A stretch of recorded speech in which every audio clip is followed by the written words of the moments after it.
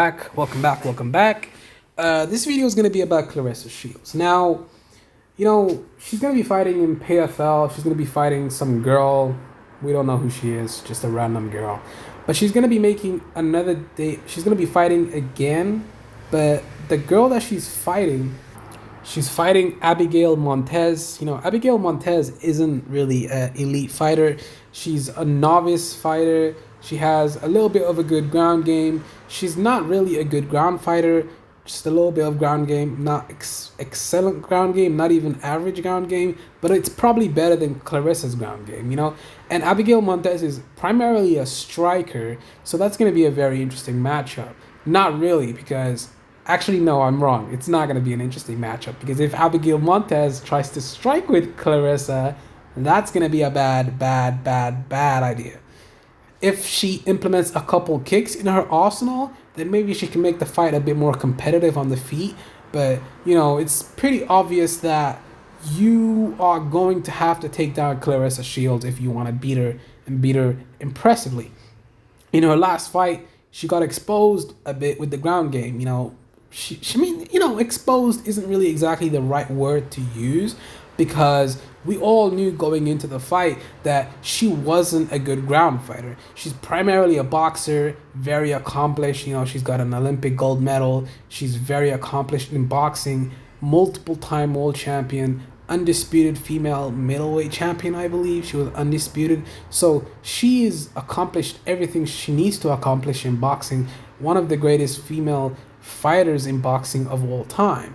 Now, the main reason why she went over to MMA was because of a monetary issue. She didn't feel she was getting paid the money that she deserves as a female boxer, because she's one of the best, and she's not getting paid as the best. So she made her move to the MMA world, and now she's going to be fighting Abigail Montez.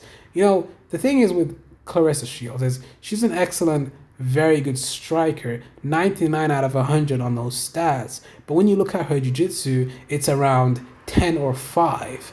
And then her wrestling is 0. She has no wrestling. Her grappling game is almost 0, maybe 5 to 10.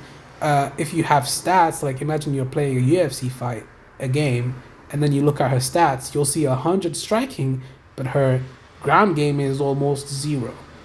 That's to be expected, though, because you're not a good ground fighter. You got to be training jiu-jitsu for years to even see any type of return. A blue belt, it takes 6 months to get to a blue belt level if you are, a very fast learner. So let's just say 6 months to a year to get a blue belt. And then after that, you got to train for maybe like 1 or 2 years to get to your purple belt. And then after that, once you get the purple belt, then you're an excellent grappler in terms of you're an excellent grappler. Jermaine the Randomy, she's a blue belt, purple belt, and she was able to submit Juliana Pena. So, if you consider everything there, then that's a good matchup. But I don't see Claressa being able to make 135.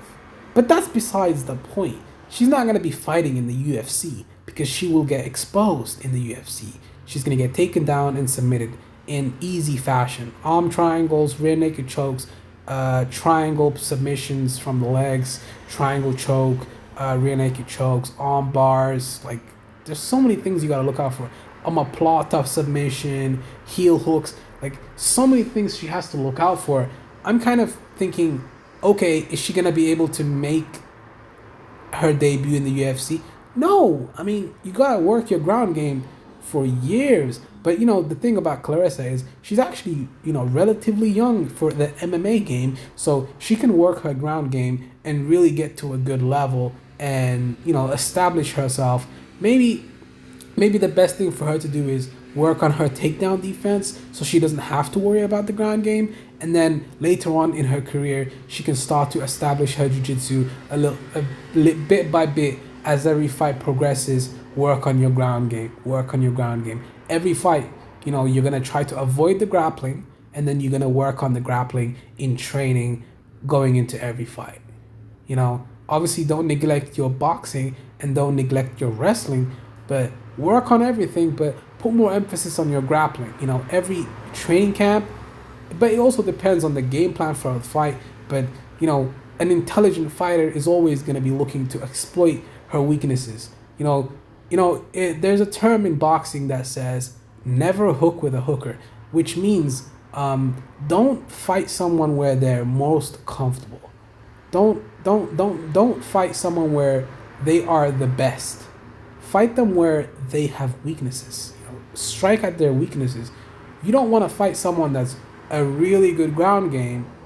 Would you want to wrestle them and take them down? No, you want to avoid the grappling and strike the shit out of them and knock them out. Keep it on the feet.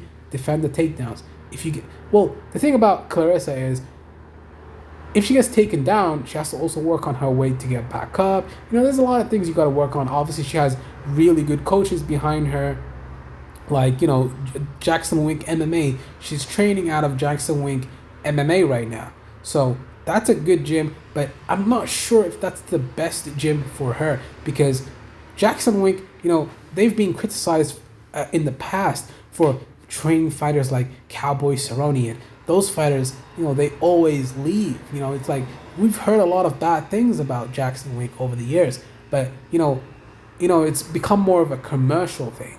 Anybody can just walk into the gym and train if you pay them. It's always about money. So of course it's always going to be about money because they have bills. But at the same time, you got to have an emphasis on actually spending a lot of time on the fighters, not just people that just come in to train, and people like civilians that don't know anything about MMA. You got to put what I'm saying, like, she's not going to be the priority in that gym. She's not going to be getting the best advice she can get. She's not going to be the priority in the gym. Jackson Wink is not going to be looking at her as a priority. They're going to be looking at her as a way to make money. They want to get that 10% check from her, and that's it.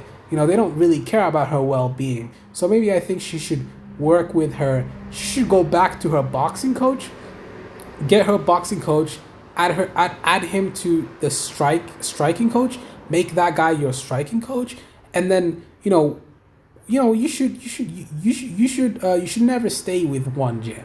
You should run around everywhere, train here, train there, train there. You can get little sprinkles of knowledge from different gyms. And then you can form a relationship with those different gyms, and then get a good wrestling coach from over here and build a good relationship with him. Become friends with that guy. Love the coach. Get a very good relationship with that wrestling coach. Bring him to your team. Then find a jiu-jitsu coach. Bring him to your team. Then you need to find a head coach. Bring him to your team. And then you formed a very good team that's, you're the priority. Because you're paying these guys to train you. You better be the priority. You better be selfish, because it's always about you. It needs to be about you. You're the fighter. You're the one going in there and fighting against these other tough killers that are trying to take your head off and take everything you got.